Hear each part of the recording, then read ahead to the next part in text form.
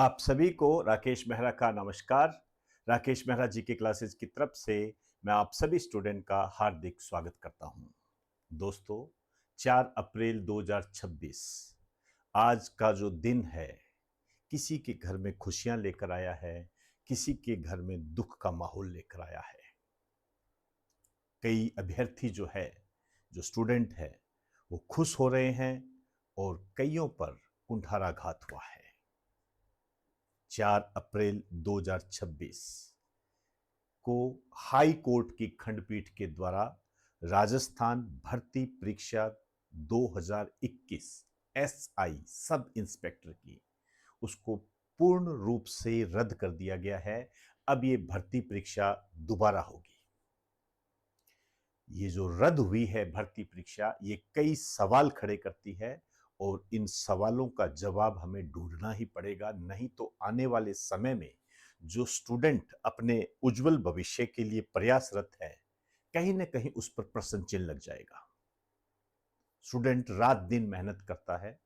मैं 20 सालों के शैक्षणिक अनुभव के आधार पर बता सकता हूं, कई स्टूडेंट ऐसे हैं जो रात दिन एक कर देते हैं कामयाबी को प्राप्त करने के लिए, लेकिन यदि उन्हें सकारात्मक परिणाम नहीं मिलता है और जिसका कारण पेपर लीक जैसे प्रकरण हो, इस तरीके से यदि भर्ती परीक्षा रद्द हो जाए तो आप सोच सकते हो कि उनके साथ क्या होगा। ठीक है, राजस्थान हाई कोर्ट की खंडपीठ के द्वारा जो भी डिसीजन दिया गया है, किसी न किसी रूप में ये एक सही कदम होगा, सकारात्मक दिशा में उठाया गया कदम है, एक पारदर्शिता को आगे रखने के लिए उठाया गया कदम है, हम मान सकते हैं। लेकिन वो स्टूडेंट जिन्होंने ईमानदारी के साथ परीक्षा दी, उनका क्या होगा? वो स्टूडेंट जिन्होंने अपनी पहले पोस्ट को छोड़ दिया, नौकरी छोड़ दी और वो परीक्षा दी, उनके साथ क्या होगा?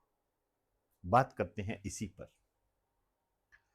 4 अप्रैल 2026 एसआई भर्ती परीक्षा 2021 पूरी तरह से रद्द, पेपर लीक के कारण। पेपर लीक किस तरीके से नासूर बनता जा रहा है, ये जब किसी स्टूडेंट से आप पूछते हो तो बताएगा आपको। भर्ती परीक्षा रद्द हो गई है, अब ये भर्ती दोबारा होगी, नए सिरे से होगी। इसमें जो नई बात आई है वो ये है कि ईमानदार अभ्यर्थी जिनका हक मारा गया, वो दोबारा परीक्षा देंगे और उनको एज लिमिट में छूट दी जाएगी। मेरी बात को ध्यान से सुनना और कमेंट बॉक्स में इस बात का जवाब मुझे जरूर देना।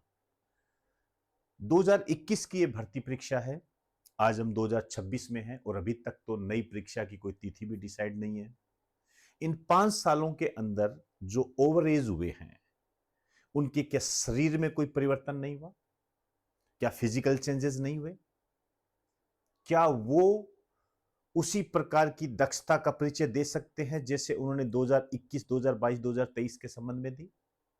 ये सवाल खड़ा होता है। क्या उनकी जो मेंटेलिटी है, जो मनोस्थिति है, उस पर विपरीत प्रभाव नहीं पड़ा? जो सिलेक्ट हो चुके हैं, जो मिठाइयां बांट चुके हैं, कईयों की तो रिश्ते हो चुके हैं।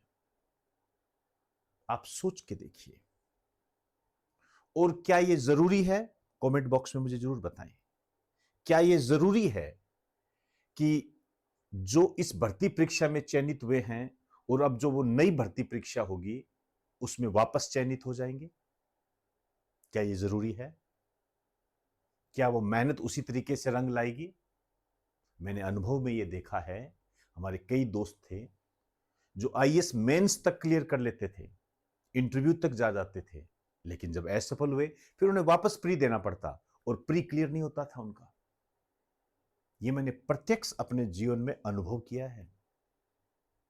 तो मुझे इसका जवाब आप कमेंट बॉक्स में जरूर दें। इसके अलावा यह एक स्वागत योग्य कदम है कि वे स्टूडेंट जो नौकरी छोड़कर इस भर्ती में शामिल हुए थे, उन्हें वो नौकरी वापस मिल जाएगी। जो नौकरी छोड़कर लगे थे उन्हें नौकरी वापस मिल जाएगी। क्या वो उसी स्थिति में, ये जो टाइम पीरियड में उन्होंने जो मानसिक, शारीरिक और आर्थिक दबाव जो झेला है, क्या उसकी पूर्ति होगी? समय देखिए कितना है, आप इसको देखिए।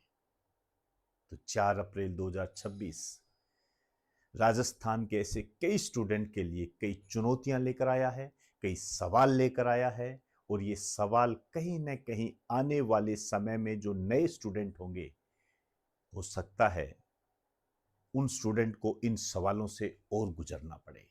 तो इस पेपर लीक की स्थिति को खत्म करना जरूरी है, तभी हम इसके साथ न्याय कर पाएंगे।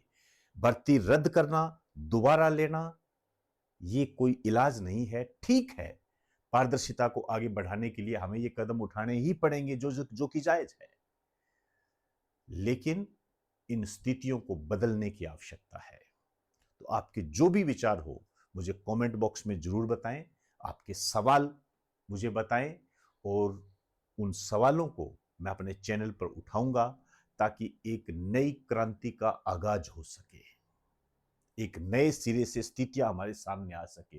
हो सकता है हम इसमें सफल हो या असफल हो, हम नहीं जानते, लेकिन प्रयास जरूरी है।